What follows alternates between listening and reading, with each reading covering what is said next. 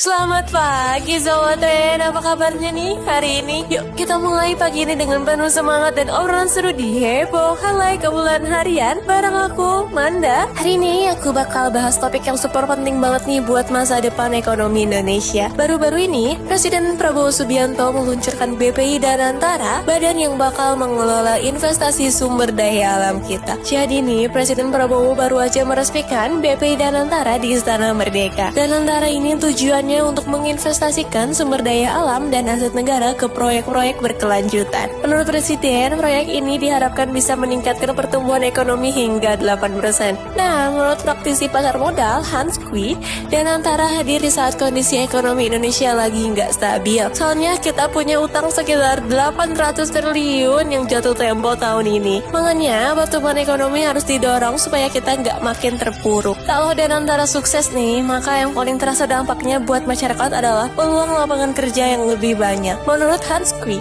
proyek-proyek Danantara di sekitar pertambangan, energi terbarukan, dan ketahanan pangan bakal menyerap ribuan tenaga kerja. Sementara itu nih, menurut ekonom Joshua Pardede, Danantara punya strategi diversifikasi investasi. Artinya mereka nggak hanya fokus ke satu jenis proyek, tapi juga ke investasi yang lebih luas seperti greenfield, brownfield, dan akuisisi strategis. Tetapi ada risiko besar nih yang perlu kita waspadai. Misalnya, Danantara ini bakal mengelola aset negara sebesar 14.000 triliun, bahkan jumlah ini lebih besar dari badan pengelola kekayaan negara di Singapura dan Malaysia. Kalau nggak dikelola dengan baik, bisa jadi bencana finansial ya Sobat Red. Nggak kebayangkan kalau salah kelola, BUMN kita bisa terbebani utang yang makin menumpuk dan ekonomi malah nggak tumbuh. Menurut Hans, pemerintah harus menunjuk orang-orang yang benar-benar profesional dan transparan dalam mengelola aset ini. Oke Sobat Red, jadi kesimpulannya ini, Danantara ini adalah proyek yang ambisius dan penuh harapan, tapi juga punya resiko besar nih.